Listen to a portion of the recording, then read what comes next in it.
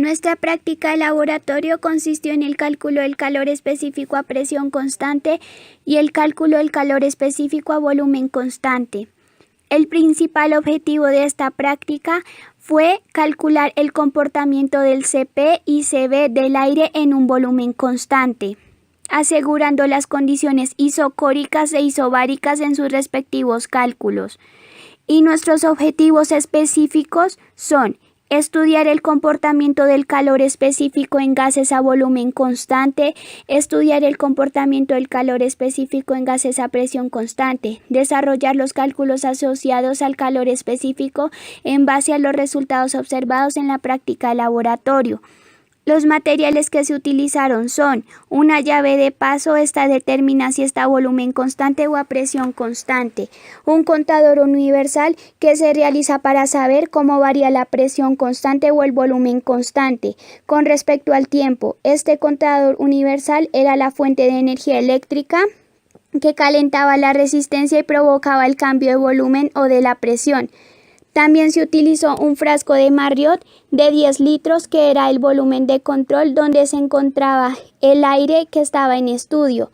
Se utilizó un manómetro de precisión para medir la presión cuando el sistema está a volumen constante. Se utilizó un interruptor bidireccional unipolar que determina la dirección del flujo de corriente.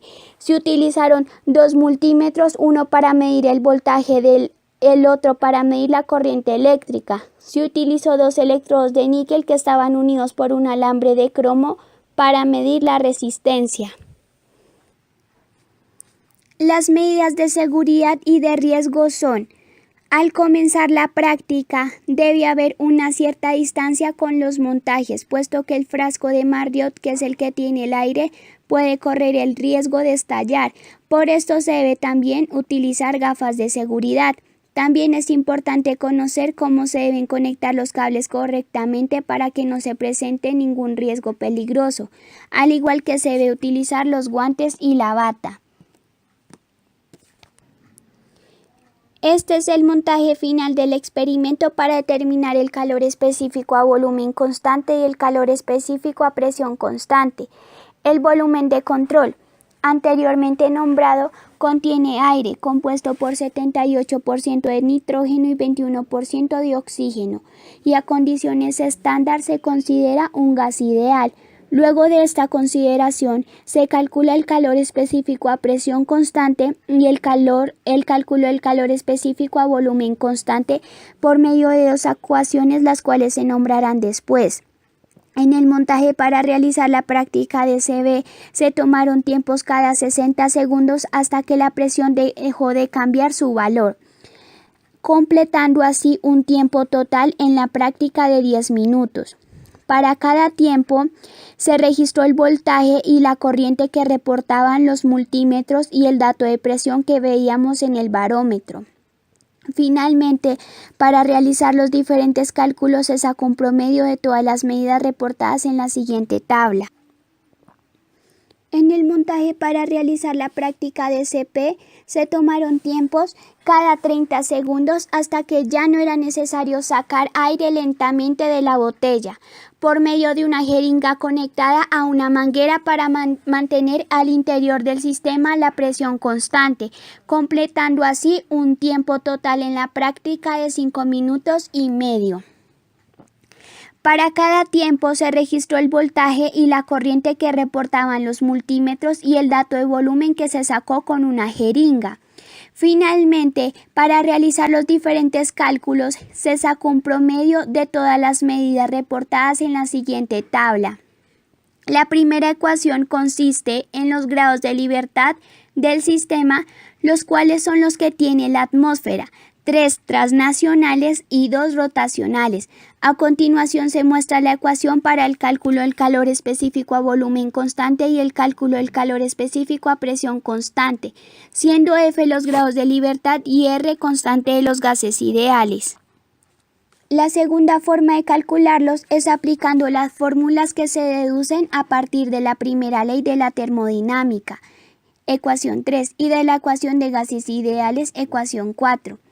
Así, el cálculo del CB se desarrolla con la ecuación 5, donde se presenta la constante de los gases ideales R, una relación entre el volumen de mercurio y la presión presente en el manómetro de la práctica. Algunas propiedades del sistema promediadas de la toma de datos, tales como el voltaje, la intensidad y en este caso la presión. Adicionalmente, se realiza una regresión lineal para así determinar la tendencia de cambio de presión con respecto al tiempo. De igual manera, se utiliza una nueva ecuación 6, deducida a partir de las ecuaciones 3 y 4 para calcular el CP del sistema, donde también se utiliza un promedio de las propiedades del sistema, con la diferencia de que en este caso se utiliza el promedio de volumen de los datos tomados.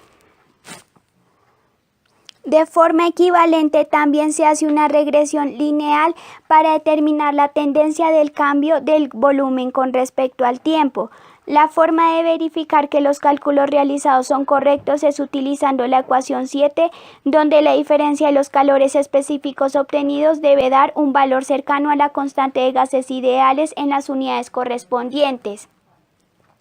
Por último, a través de los promedios del voltaje e intensidad utilizados para la obtención de los calores específicos, se puede calcular la energía otorgada por la resistencia del sistema con la ecuación 8, la cual se puede simplificar obteniendo la ecuación 9, al reemplazar la resistencia por su equivalencia con la relación entre el voltaje y la intensidad.